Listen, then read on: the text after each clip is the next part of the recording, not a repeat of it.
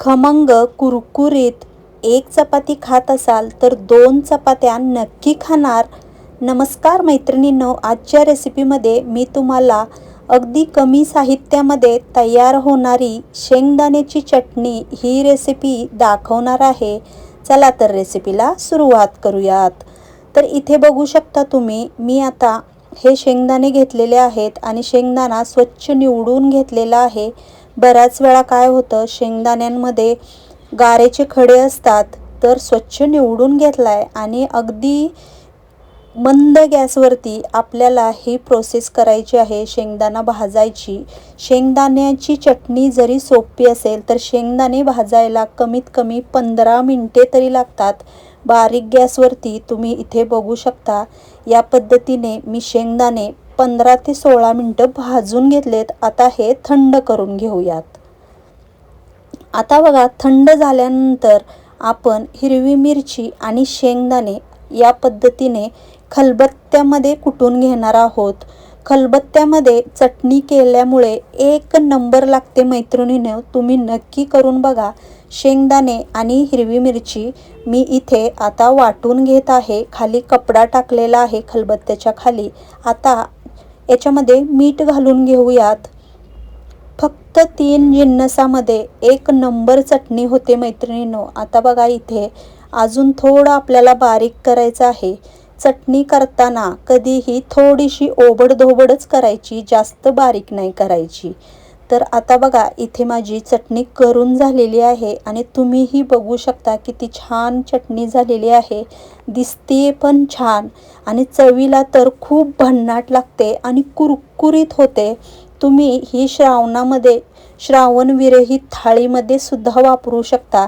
आता बघा, कुटून झालेली आहे. आता काय करूयात, गॅसवरती तवा ठेवलेला आहे आणि तवा छान तापलेला आहे. तर इथे बघा, कोथिंबीर मी थोडंसं तेल टाकून त्याच्यामध्ये कोथिंबीर परतून घ्यायची. परतून नाही घ्यायची, कुरकुरीत करायची.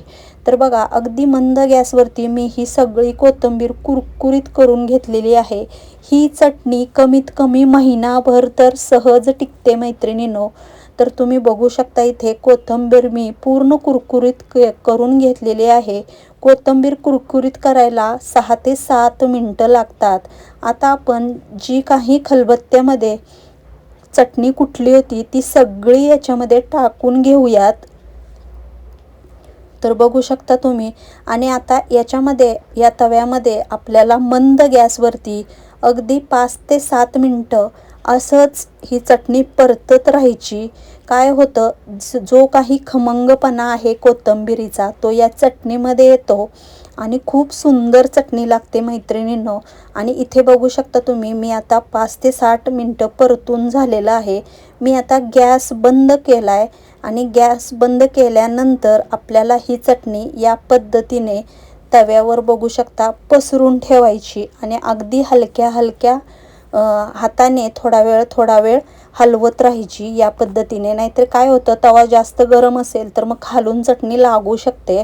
म्हणून बघू शकता, इथे या पद्धतीने जोपर्यंत पूर्ण तवा थंड होत नाही तोपर्यंत ही चटणी काढून घ्यायची नाही. आता बघा, पूर्ण थंड तवा झाल्यानंतर एक अर्धा तासाने तुम्ही इथे बघू शकता, अगदी मस्त आणि खमंग चटणी आपली तयार आहे. किती छान दिसतीये, पण चवीला तर भन्नाट झाली होती, अप्रतिम झाली होती, खूप चविष्ट झाली होती. तर बघा, मस्त खमंग कुरकुरीत आपली शेंगदाण्याची चटणी तयार आहे मैत्रिणींनो. तर तुम्हाला माझी ही आजची रेसिपी कशी वाटली नक्की कमेंटमध्ये सांगा. आणि आपल्या चॅनलवरती तुम्ही जर नवीन असाल तर प्लीज आपल्या चॅनलला लाईक, शेअर आणि सबस्क्राईब करा. रेसिपी आवडली असेल तर छान छान कमेंट करा आणि जर रेसिपी नाही आवडली तरी डिसलाईक केलं तरी चालेल मैत्रिणींनो. परत एकदा भेटू अशाच नवीन व्हिडिओमध्ये. तोपर्यंत सर्वांना बाय.